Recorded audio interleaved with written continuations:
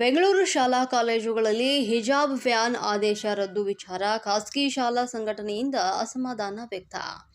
ಮಕ್ಕಳಿಗೆ ಸಮವಸ್ತ್ರವೇ ಕಡ್ಡಾಯ ಮಾಡುವಂತೆ ಮನವಿ. ನಿನ್ನೆ ಶಿಕ್ಷಣ ಸಚಿವ ಮಧು ಬಂಗಾರಪ್ಪ ಸುದ್ದಿಗೋಷ್ಠಿ ನಡೆಸಿ ಹಿಜಾಬ್ ಬ್ಯಾನ್ ಮಾಡಿದ್ರು. ಶಾಲಾ ಕಾಲೇಜುಗಳಲ್ಲಿ ಇನ್ಮುಂದೆ ಹಿಜಾಬ್ ಮತ್ತು ಜನಿವಾರಕ್ಕೆ ಅವಕಾಶ. ಬಿಜೆಪಿ ಸರ್ಕಾರದ ಅವಧಿಯಲ್ಲಿ ಬ್ಯಾನ್ ಮಾಡಿದ್ದ ಹಿಜಾಬ್ ಇದೀಗ ನಿನ್ನೆ ಏಕಾಏಕಿಯಾಗಿ ಸುದ್ದಿಗೋಷ್ಠಿ ನಡೆಸಿ ಬಿಜೆಪಿ ಜಾರಿ ಮಾಡಿದ್ದ ಹಿಜಾಬ್ ಬ್ಯಾನ್ ವಾಪಸ್ ಆಗಿದೆ.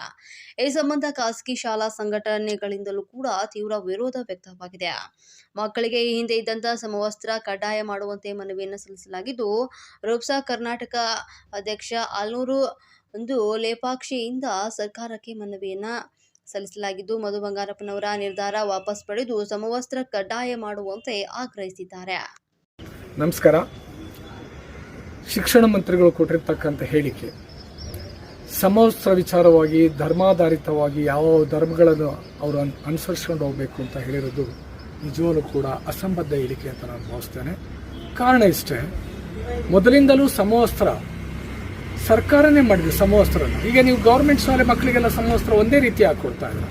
ಅಲ್ಲಿ ಧರ್ಮ ಒಂದು ವಿಂಗಡಣೆ ಮಾಡಿಬಿಟ್ರೆ ಮುಸ್ಲಿಮ್ಸು ಹಿಜಾಬ್ ಹಾಕೋದು, ಹಿಂದೂ ಹೆಣ್ಮಕ್ಳು ಗಂಡು ಮಕ್ಕಳು ನಾವು ರಾಮನ ಭಕ್ತರು ಅಂತ ಹೇಳಿ ಲುಂಗಿ ಉಟ್ಕೊಂಡು ಟವಲ್ ಹಾಕೊಂಬರೋದಾಗ್ಲಿ, ಅಥವಾ ಲಂಬಾಣಿ ಮಕ್ಕಳು ಲಂಬಾಣಿ ಡ್ರೆಸ್ ಹಾಕೊಂಬರಲ್ಲ, ಕ್ರಿಶ್ಚಿಯನ್ ಮಕ್ಕಳು ಕ್ರಿಶ್ಚಿಯನ್ ಡ್ರೆಸ್ ವೈಟ್ ಡ್ರೆಸ್ ಹಾಕೊಂಡ್ಬರ್ಲಿ, ಇದೆಲ್ಲ ಆಗುತ್ತಾ?